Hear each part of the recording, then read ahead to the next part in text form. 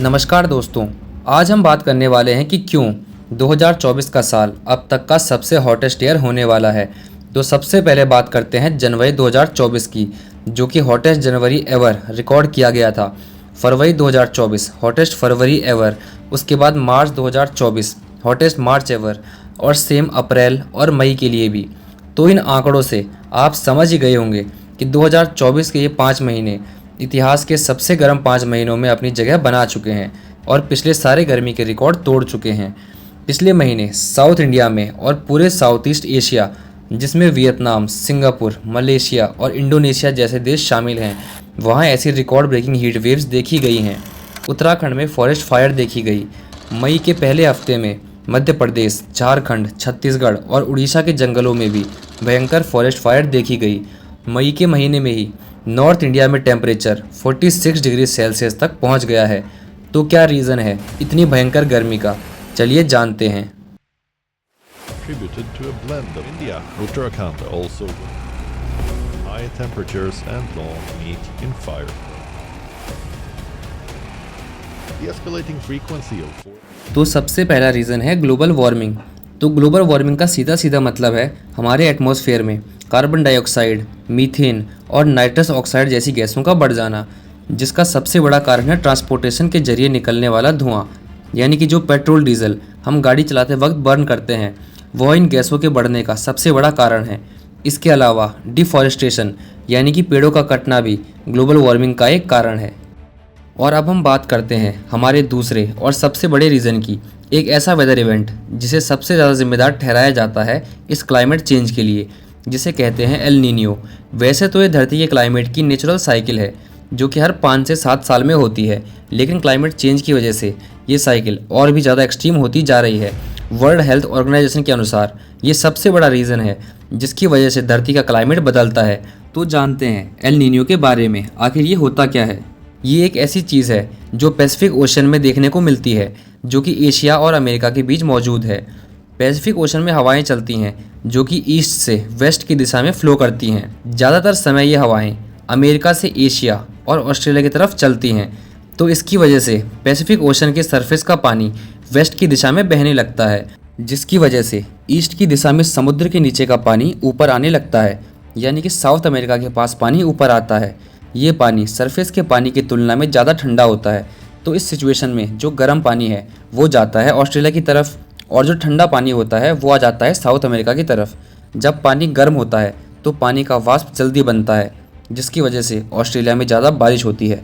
लेकिन जब Pacific ocean के ऊपर से बहने वाली ये हवाएं कमज़ोर पड़ जाती हैं तो क्या होता है, तो ऐसा होने पर समुद्र के सरफेस का पानी हमेशा गर्म ही रहेगा, और जो बारिश ऑस्ट्रेलिया की तरफ होती थी अब वो पैसिफिक ओशन के ऊपर कहीं भी हो सकती है, जिसके कारण ऑस्ट्रेलिया में भयंकर गर्मी पड़ सकती है। तो ये फिनोमिना है एल नीनियो का। जब एल नीनियो होता है तो इसका इफेक्ट 6 महीने से 1 साल तक होता है, लेकिन इस दौरान सारी दुनिया के वेदर पैटर्न्स बदल जाते हैं। इसी की वजह से साउथ ईस्ट एशिया में ज़्यादा गर्मी पड़ती है और हीट वेव्स का रिस्क भी बढ़ जाता है। आखिरी बार एल नीनियो का इवेंट हुआ था 2018-19 में।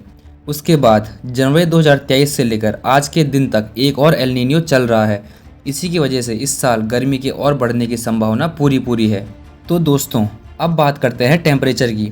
क्या आपने कभी सोचा है कि किसी जगह का 39 डिग्री टेम्परेचर ज़्यादा महसूस होता है अगर तुलना करें किसी और जगह से जहां टेम्परेचर 45 डिग्री है। एग्जाम्पल लेते हैं दिल्ली और मुंबई का। तो मुंबई का 39 डिग्री आपको ज़्यादा अनबेरेबल लगेगा दिल्ली के 45 डिग्री से। तो ऐसा क्यों होता है? ऐसा होता है ह्यूमिडिटी की वजह से। हवा में जितनी ज़्यादा ह्यूमिडिटी होती है उतना गर्म टेम्परेचर को टॉलरेट करना मुश्किल हो जाता है।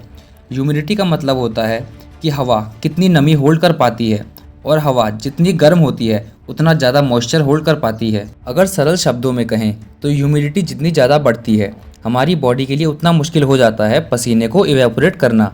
पसीने आना हमारी बॉडी का नंबर 1 तरीका है बॉडी को ठंडा रखने का। लेकिन अगर हवा में ज़्यादा गर्मी है और उसके साथ हवा में ज़्यादा ह्यूमिडिटी भी है तो हमारी बॉडी में पसीना आ ही नहीं पाएगा और हमारा शरीर ठंडा नहीं हो पाएगा। तो इसी वजह से टेम्परेचर और ह्यूमिडिटी को साथ में कंसिडर करना ज़रूरी होता है, और ये काम करता है हीट इंडेक्स।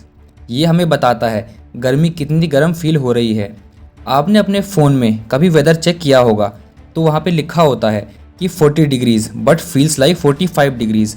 ये इंडिकेटर हीट इंडेक्स से ही आता है, यानी कि जो टेम्परेचर है वो तो 40 डिग्री है, पर हमारे शरीर को जो फील होता है वो 45 डिग्री है। अब बात करते हैं बढ़ती गर्मी के एक ऐसे रीज़न की जिसे हम आसानी से समझ सकते हैं और काफ़ी हद तक टेम्परेचर को कम भी कर सकते हैं लॉन्ग टर्म में। दिल्ली में हाल ही में एक स्टडी की गई थी जिसमें ये बताया गया है कि जिन जगहों में पेड़ ज़्यादा मात्रा में हैं वहाँ का टेम्परेचर रिलेटिवली कम होता है उन जगहों की तुलना में जहाँ पेड़ नहीं हैं। जिन जगहों में बड़ी बड़ी कंक्रीट की बिल्डिंग है, 6 लेन हाईवे बने हुए हैं, वहाँ का टेम्परेचर 4 से 8 डिग्री ज़्यादा होता है अगर तुलना की जाए उन जगहों से जहाँ पेड़ ज़्यादा हैं, क्योंकि बिल्डिंग में लगा हुआ कंक्रीट और रोड में लगा हुआ एस्फॉल्ट दिन में हीट को एब्जॉर्ब करते हैं और रात को रिलीज़ करते हैं। इसी की वजह से इन जगहों का टेम्परेचर इतना हाई होता है। दूसरा रीज़न है ट्रांसपोर्टेशन। जितनी ज़्यादा गाड़ियों का इस्तेमाल किया जाएगा उतनी ज़्यादा गर्मी बढ़ती जाएगी, क्योंकि जो पेट्रोल डीजल हम बर्न करते हैं उससे ऐसी गैसेस निकलती हैं जो टेम्परेचर को बढ़ाती हैं। और तीसरा रीज़न है हमारे घरों में लगे एयर कंडीशनर। ये एक ऐसी चीज़ है जो घर के आसपास की सारी ठंडी हवा को इकट्ठा करके एक रूम के अंदर ट्रांसफ़र कर देता है और बाहर सारी गर्म हवा फेंक देता है, जिससे बाहर का टेम्परेचर बहुत बढ़ जाता है। तो दोस्तों, इसके बाद आपको पेड़ों की अहमियत तो पता चल ही गई होगी। तो इस गर्मी से बचने के लिए आप भी कोशिश कीजिए कि कम से कम 2 पेड़ तो ज़रूर लगाएं, ताकि फ्यूचर में हमें और आने वाली जनरेशन को इन हीट वेव्स का सामना ना करना पड़े।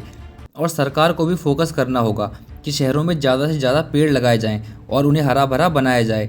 पर्सनल व्हीकल्स की जगह पब्लिक ट्रांसपोर्ट का यूज़ किया जाए, जिससे गाड़ियाँ कम से कम चलें।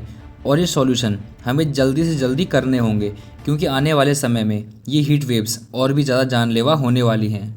अगर आपको वीडियो इन्फॉर्मेटिव लगी हो तो वीडियो को शेयर करें और चैनल को सब्सक्राइब ज़रूर करें, ताकि हमारी अगली वीडियोस आप तक पहुंच पाएँ।